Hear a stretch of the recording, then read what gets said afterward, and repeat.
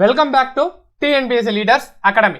நம்மளுடைய பேட்ச் மாணவரான ஆர் சாதனா என்ன சாதனை பண்ணியிருக்காங்க அப்படின்னா, நடந்து முடிந்த குரூப் 2 மெயின் தேர்வுல ஓடி போஸ்ட்ல செலக்ட் ஆயிருக்காங்க.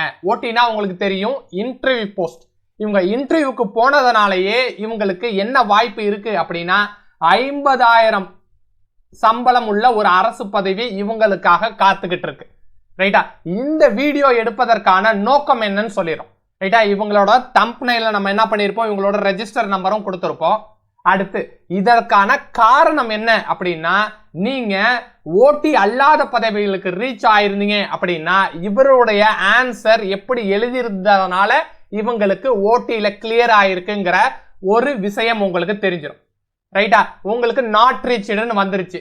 இல்ல சார், என்னோட எய்ம் என்னது, குரூப் 2 மெயின்ஸ் தான் என்னுடைய எய்ம், என்னுடைய இலக்க நான் அடுத்த வருஷம் நடக்கக்கூடிய தேர்வுல வெற்றி பெறுவேன் அப்படின்னா இவங்களுடைய ஆன்சர் ஷீட் உங்களுக்கு என்னவா இருக்கும், ஹெல்ப்ஃபுல்லா இருக்கும். ரைட், மூணாவது என்ன அப்படின்னா, டிஎன்பிஎஸ்சி மேல அவதூறோ இல்ல நம்பிக்கையின்மையோ ஏற்படுறது எது ஆபத்துன்னா, நம்ம ஒரு அரசு பதவியில போய் அமர்வதற்கு ஆபத்தாக முடியும். ஏன்னா நம்மளால என்ன செய்ய முடியும், படிக்க முடியும். படிப்பு மட்டும்தான் நமக்கு ஒரே வழி. நம்ம முன்னேறணும் அப்படின்னா சில விஷயங்களை கரெக்டா பண்ணணும். குரூப் 2 ஆன கடினமான எக்ஸாமையே நம்ம ஸ்ட்ராட்டஜியால பாஸ் பண்ண முடியும் அப்படின்னா, இப்போ உங்க கண்ணு முன்னாடி இருக்கிற இலக்கு என்ன அப்படின்னா குரூப் 4. அந்த குரூப் 4 நீங்க பாஸ் பண்றதுக்கு இந்த காணொளி என்னவா இருக்கும், ஹெல்ப்ஃபுல்லா இருக்கும். அடுத்து தினம் ஒரு தேர்வு அப்படிங்கிறது தான் நம்மளுடைய ஸ்ட்ராட்டஜி. அந்த ஸ்ட்ராட்டஜிக்கு நீங்க வெறும் 5 மணி நேரம் செலவிட்டால் போதும், உங்களால என்ன பண்ண முடியும், ஒரு அரசு பணியை உங்களுக்கு சொந்தமாக மாற்றிக்கொள்ள முடியும். இதுதான் இவங்களுடைய ஆன்சர் ஷீட்.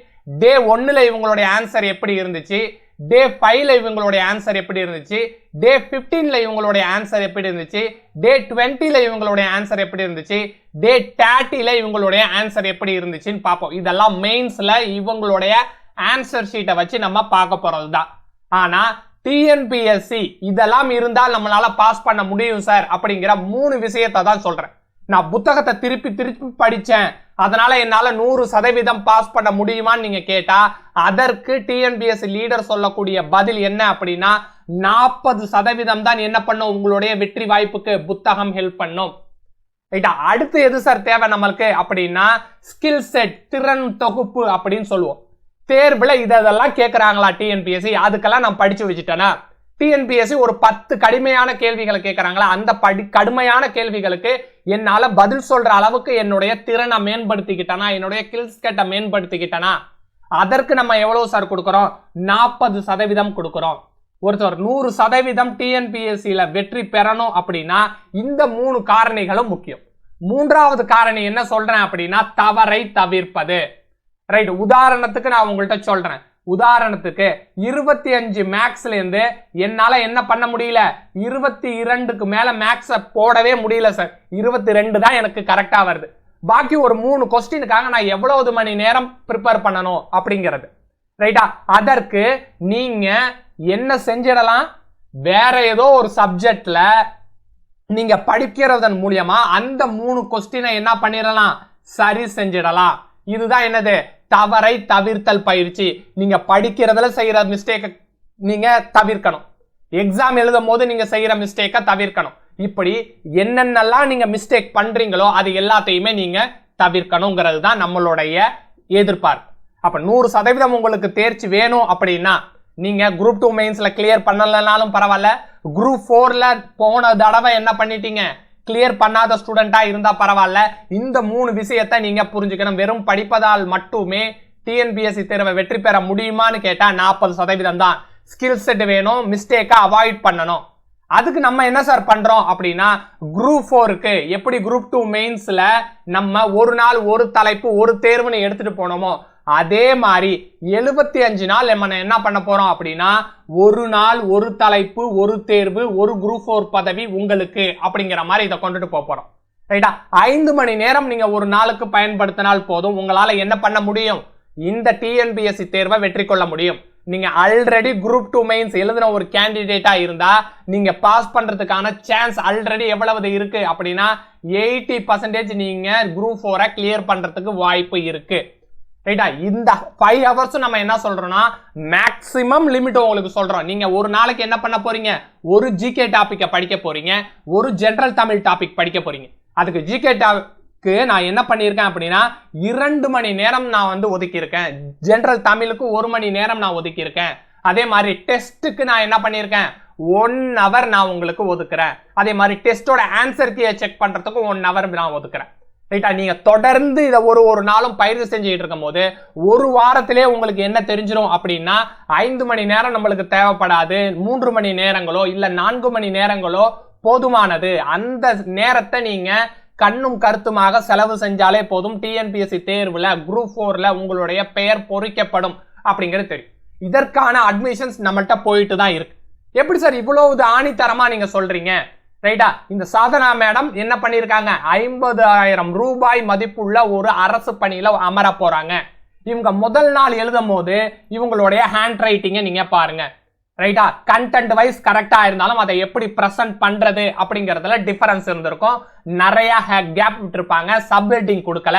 அடுத்தது எழுதுறதெல்லாம் சேர்த்து எழுதியிருக்காங்க. இது மாதிரி ஒரு விஷயத்தையும் டே 1ல நீங்க பாருங்க, கூர்ந்து கவனிங்க. ஒரு நாளைக்கு ஒரு தேர்வு, அந்த ஒரு தேர்வுல நீங்க ஒரு தலைப்பை படிக்க போறீங்க. டிஎன்பிஎஸ்சி தேர்வுல என்னென்னலாம் கேள்வி கேட்பாங்களோ அத்தனை கேள்விகளுக்கும் நீங்க பயிற்சி செஞ்சிட்டீங்க அப்படின்னா உங்களுடைய வெற்றி வாய்ப்பை யாராலையும் மாற்ற முடியாது. ரைட்டா? இதுல டயக்ராம பாருங்க எப்படி போட்டிருக்காங்கன்ட்டு. அதுக்கு நம்மளுடைய எக்ஸ்பர்ட் டீம் அவங்களுக்கு ரிவ்யூவும் கொடுத்திருக்காங்க, கொஸ்டின் மார்க் போட்டிருக்காங்க. அடுத்தது எக்ஸ்பிளைன் தி ஆர்கனைசேஷன் அப்படின்னு டே 1லயே என்ன பண்ணியாச்சு உங்களுக்கு 3 விதமான இன்புட்ஸை கொடுத்துட்டாங்க. அப்ப டே 5ல இவங்களோடது எப்படி சார் இருந்திருக்கு? டே 1 இப்ப பாத்துக்கிட்டு இருக்கீங்க. டே 5ல இவங்களோட அவுட்புட்டை நீங்க பாத்தீங்க அப்படின்னா ஒரு அளவுக்கு கிளாரிட்டி வந்திருக்கும். என்ன பண்ணிருப்பாங்க அப்படின்னா ஒரு வார்த்தைக்கும் கேப் விட்டுருப்பாங்க. அடுத்தது பாயிண்டே போட்டு எழுதாதவங்க பாயிண்ட் போட்டிருப்பாங்க. அடுத்தது 12 மார்க்ல அவங்க என்ன சேஞ்சஸ் பண்ணிருக்காங்கன்னு பாருங்க. முன்னாடி டயக்ராம் எப்படி இருந்துச்சு? வளைந்த அம்புக்குறியெல்லாம் அவங்க யூஸ் பண்ணிருப்பாங்க. இப்ப நேரான அம்புக்குறியை மட்டும்தான் அவங்க பயன்படுத்தி இருப்பாங்க. இதுலயும் நம்மளுடைய எக்ஸ்பர்ட் டீம் அவங்களுக்கு என்ன சஜஷன்ஸ் கொடுத்திருக்காங்க அப்படிங்கறத பாருங்க. டே 1ல அவங்களுக்கு இருந்த முன்னேற்றமும் டே 5ல அவங்க சேஞ்ச் ஆயிருக்கிற முன்னேற்றத்தையும் நீங்க கண் முன்னாடி பார்க்கலாம். எப்படி ஒரு ஆன்சரை பிரசன்ட் பண்ணணும் அப்படிங்கிற ஒரு டெக்னிக்கை என்ன பண்ணியிருக்கோம் அவங்களுக்கு சொல்லி கொடுத்துருக்கோம். ரைட்டா? இதுதான் என்னது அவங்களுடைய இம்ப்ரூவ்மெண்ட். அவங்களுக்கு திருப்பி என்ன சொல்லியிருக்கோம்? Change the pen, give more impressions அப்படின்னு கொடுத்துருக்கோம். திருத்தவரை சாட்டிஸ்ஃபை பண்ற அளவுக்கு நீங்க இன்னமும் கொஞ்சம் மாறணும் அப்படின்னு சொல்லியிருக்கோம். டே 15ல அவங்களோட ஹேண்ட் ரைட்டிங்கை பாருங்க, அவங்களோட இம்ப்ரூவ்மெண்ட் பாருங்க, அவங்களுடைய பொசிஷனிங் பாருங்க, பாயிண்ட் கொடுக்கிற தன்மையை பாருங்க, கிளாரிட்டியை பாருங்க. ரைட்டா? அதே மாதிரி டே 20லயும் என்ன பண்ணியிருக்காங்க அவங்களுடைய ஹேண்ட் ரைட்டிங் ஸ்டைல், ஸ்ட்ரோக்ஸ், இப்படி ஒவ்வொன்றுத்தையும் என்ன பண்ணணும் நீங்க பார்க்கணும். அவங்களுக்கு அந்த இம்ப்ரூவ்மெண்ட் இருந்திருந்தாலும் அவங்க என்ன பண்ணிருக்காங்க டயக்ராம்ல ரவுண்ட் போடுற மாதிரி, சர்க்கிள் போடுற மாதிரி சில இன்ஸ்ட்ரக்ஷன் பண்ணிருப்பாங்க. அதை நாங்க என்ன பண்ணிருக்கோம் வெறும் ஸ்கொயர் பாக்ஸ் தான் நீங்க போடணும் அப்படின்னு சொல்லியிருக்கோம். ஒரு சர்க்கிளுக்கும் ஸ்கொயர் பாக்ஸுக்கும் இருக்கிற டிஃபரன்ஸ் என்ன தெரியாது, ஒரு ஸ்டூடெண்ட்டுக்கு தெரியாது. ஆனா திருத்துறவருக்கு 1/2 மார்க் நீங்க ஒரு கேள்வியில கூட எடுக்கணும் அப்படின்னா நீங்க சில விஷயங்களை செஞ்சாகணும். டிஎன்பிஎஸ்சி லீடர் சொல்லக்கூடிய சில முக்கியமான தகவல்களை உங்களுடைய பேப்பர்ல நீங்க இன்க்ளூட் பண்ணிருக்கணும். ரைட்டா? அடுத்தது டே 30ல அவங்களுடைய இம்ப்ரூவ்மெண்ட்டை நீங்க பார்க்கணும். ரைட்டா? எப்படி அவங்க ஒவ்வொன்றுத்தையும் ஆட்டோமேட்டிக்காவே அவங்க எடுத்துட்டு வந்திருக்காங்க அப்படிங்கிற இத பாருங்க. இதுலயும் நாங்க என்ன சொல்லல நீங்க நல்லா பண்றீங்க அப்படின்னு நான் அவங்களுக்கு சஜஷன்ஸ் கொடுத்திருந்தாலும் நான் என்ன பண்ணிருக்கேன், நீங்க உங்களுடைய வார்த்தையில கவனத்தை கொண்டுட்டு வரணும், டைம் மேனேஜ்மெண்ட் பண்ணணும், பேப்பர் கம்ப்ளீஷன் பண்ணணும் அப்படிங்கிற ஒவ்வொரு நுணுக்கத்தையும் அவங்கள்ட்ட திருப்பி நம்ம என்ன பண்ணிக்கிட்டு இருக்கோம், அந்த ஸ்டூடெண்ட் கிட்ட இருந்து நாங்க எதிர்பார்க்கிறோம். அந்த எதிர்பார்க்கிற விஷயத்த இந்த ஸ்டூடெண்ட்டும் என்ன பண்ணியிருந்தாங்க, அவங்களுடைய ஒவ்வொரு எக்ஸாம்லயும் அதை பூர்த்தி பண்ணிக்கிட்டே வந்துகிட்டு இருந்திருக்காங்க. ரைட்? அப்ப உங்களுக்கு தெரிஞ்சிருச்சு ஒரு நாளைக்கு ஒரு தேர்வை ஒரு டாபிக்க படிச்சு நீங்க தெளிவாக ஒரு பயிற்சியில எடுத்துட்டு வந்தீங்க அப்படின்னா உங்களால 100% வெற்றி அடைய முடியும் அப்படின்னு. அப்ப குரூப் 4லயும் நீங்க பாஸ் பண்ணணும் அப்படின்னா அதற்கும் என்ன தேவைதான், ஒரு நாள் ஒரு தலைப்பு ஒரு தேர்வு, அந்த ஒரு தேர்வில் குரூப் 4 பதவி உங்களுக்காக ஒதுக்கப்படணும் அப்படின்னா அந்த ஒரு தலைப்பை படிப்பதோடு மட்டும் இல்லாமல் டெஸ்ட் போட்டு பார்க்கணும். டெஸ்ட் போட்டு பார்த்ததோடு மட்டும் அல்லாமல் ஆன்சர் கீயை செக் பண்ணணும். இதுக்கெல்லாம் எனக்கு ரொம்ப நேரம் ஆகுமா சார்னு கேட்டீங்கன்னா ரொம்ப நேரம் ஆகாது, 5 மணி நேரம் போதும். எப்படி அவங்களுக்கு டே 1ல டே 5ல டே 15ல டே 20ல டே 30லன்னு ஒரு இம்ப்ரூவ்மெண்ட் வந்துச்சோ அதே மாதிரி உங்களுக்கும் ஒவ்வொரு நாளும் ஒரு இம்ப்ரூவ்மெண்ட் வரும். 5 மணி நேரம் முதல் நாள் ஆனிச்சு அப்படின்னா உங்களுடைய 10வது நாள்லயோ 20வது நாள்லயோ உங்களுக்கு வெறும் 3 மணி நேரம் போதும் அப்படிங்கிற ஒரு நிலைமை உங்களுக்கு ஏற்படும். ரைட்டா? நம்ம எதை பிலீவ் பண்ணணும் அப்படின்னா அவர் ஸ்ட்ராட்டஜி. நம்ம என்ன ஸ்ட்ராட்டஜி எடுத்துட்டு வரோம், படிக்கணும், தேர்வு எழுதணும், ஸ்டடி ஸ்டடி ஸ்டடி. இந்த ஸ்டடியில எந்த விதமான குழப்பமும் உங்களுக்கு வந்துடக்கூடாது.